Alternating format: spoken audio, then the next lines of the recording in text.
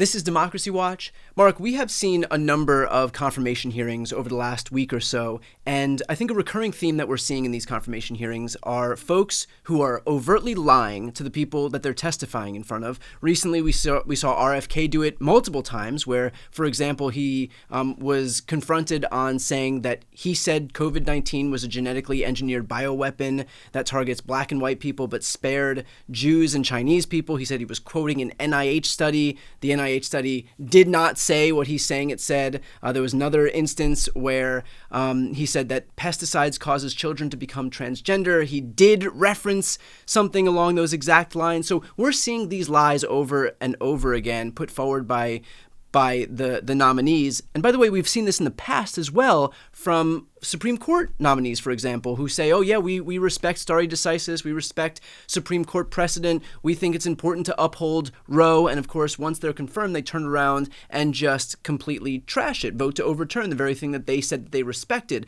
And so a question that I'm getting more and more is, how are these people allowed to just lie? What recourse is there? And really, at the end of the day, what's the point of even doing these confirmation hearings if they're allowed to just perjure themselves and there's no repercussions? Yeah, Brian, before we get to that, I just want to point out that in all of the things that RFK, either couldn't recall that he said or said he didn't say when he did say, the one he fessed up to was an interesting one. It was whether Lyme disease was engineered by the military.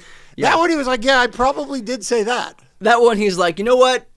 Sounds like me. I just found that very curious. It was like, me saying Jews don't get COVID? No, that was Mr. Thing. But military creating Lyme disease. Oh yeah, that makes sense. Look, that checks out, yeah. Yeah. Look, Brian, here's the thing. You asked the right question at the very end, which is what's the point of these hearings?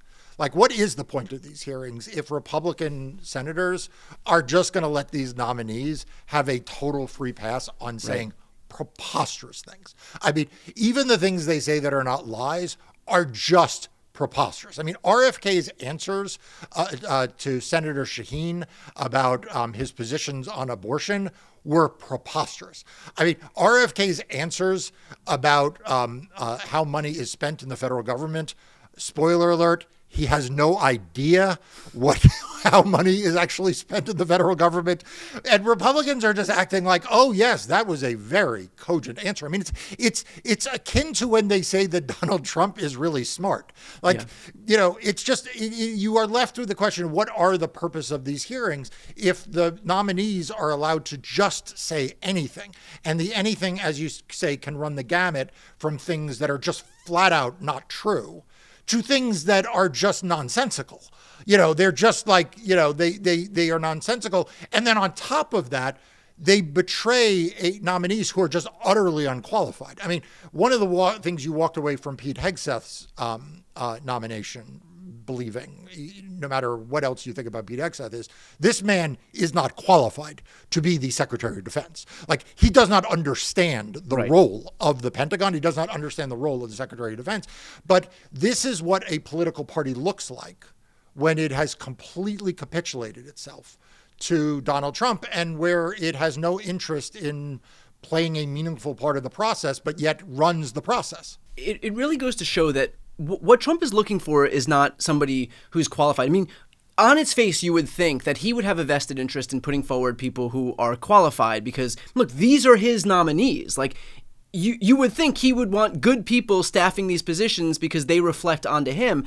But at the end of the day, it's not about qualifications or competence. What he's looking for in these nominees is just pliability. He's looking for somebody who is compliant to him. And so he sees that in Pete Hegseth, who has no idea how the military works, who has no idea how the government works, and who's never run an agency or any organization that's had more than a couple dozen people in it. But none of that matters because that's not what Trump is looking for. Trump is looking for somebody who is just going to bend the knee and show fealty to him. And so that changes the entire incentive structure in terms of these nominees, what they're looking for. And in a normal world, you would have these senators who would want to zealously guard their autonomy as a co-equal branch of government. And yet here, to your exact point, everybody has the same incentive, which is just not pissing off Donald Trump, is just showing more fealty to the God King. And so he puts people who are going to be pliable to him in front of people in the Senate who are already compliant to him. And what you're left with is just folks who are aggressively, dangerously unqualified for their positions, who are going in for no reason other than they'll just listen to whatever Donald Trump tells them to do and do it. Yeah, that's right. And so, you know, when you, at one point during the questioning of RFK during the hearings, one of the Democratic senators were saying, so basically you are just a rubber stamp for whatever Correct. the White House says. And he didn't actually disagree with it. Like, he was not like, I am my own man. I have my own views. He was like, you know, the White House says this, the White House says that, the White House, you know, if the White House, and like, that's just the game. And that's what everyone on the Republican side thinks. And you know, to emphasize one aspect of your point about giving up their constitutional right and role, you know, the senators used to jealously guard the advise and consent role as like their central superpower. You know, like the whole thing we've always talked about like blue slips for judges and all of that, right, was all about senatorial prerogative. The idea that senators have a unique power to approve or not approve nominees. And that they jealously guard that against the executive branch, even if it is someone of their own party. That is just like their sacrosanct currency. Meanwhile, in the House, their sacrosanct currency is the power of the purse, right? We appropriate funds. And yet, ironically, and yet here we are with the Republicans in the House watching as Donald Trump is basically saying, I get to decide whether to spend money or not and reprogram money. And there's not a single House Republican standing up against it. Forget standing up there. The chair of the Appropriations Committee came forward and says he does have the legal prerogative to be able to do that. Yeah. I mean, they have completely decided that Donald Trump is in charge of all of the government. And they will do whatever he says.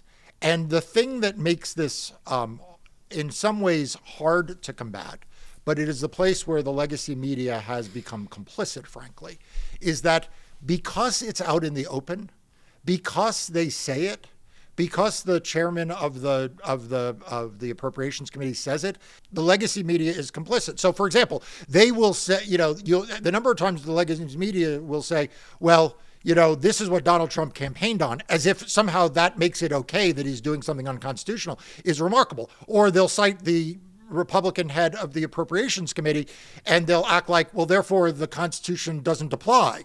You know, they themselves have decided that because it's out in the open, it must be okay. And so I feel like sometimes I'm in a bizarro world. I'm watching the Republicans on the Hill say things like, you know, that give up their power. I'm watching, as you say, the nominees lie and like, you know, and then watching the legacy media be like, well, they're all, you know, this is what they're all saying.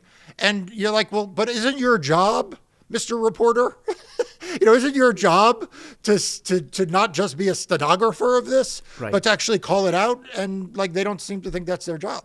Well, Mark, I think there's one more group at play here, and that's the Democrats. And I think the Democrats, in an effort to try and convey some goodwill and give the optics of kind of the normalization of government in an effort to try to manifest normal government, a lot of them are voting for these Trump nominees. For example, 24 Democrats voted for Trump's transportation secretary, Sean Duffy, and his first act as DOT secretary was to eliminate Biden's fuel economy standards. And so there is a sense that by virtue of trying to act normal or usher in an era of normalcy, that in fact they're rendering themselves complicit by enabling some of these aggressively unqualified nominees from passing. Yeah. So look, I have two reactions. The first is I wouldn't vote for any Republican person, you know, any of these nominees. So like that's what I would do if I were a senator, but I'm not a senator. That said, you know, I wrote a piece for Democracy Docket about 10 things that we can all do to protect democracy. And one of those I'm going to cite back to you now, which is that we cannot make this about the Democrats. I mean, the fact is the Republicans control the entire government. And so, like, honestly, it doesn't matter whether one Democrat votes for it, no Democrats vote for a 24, if what we are doing by that is taking the spotlight off of the Republicans who are voting for all of these folks.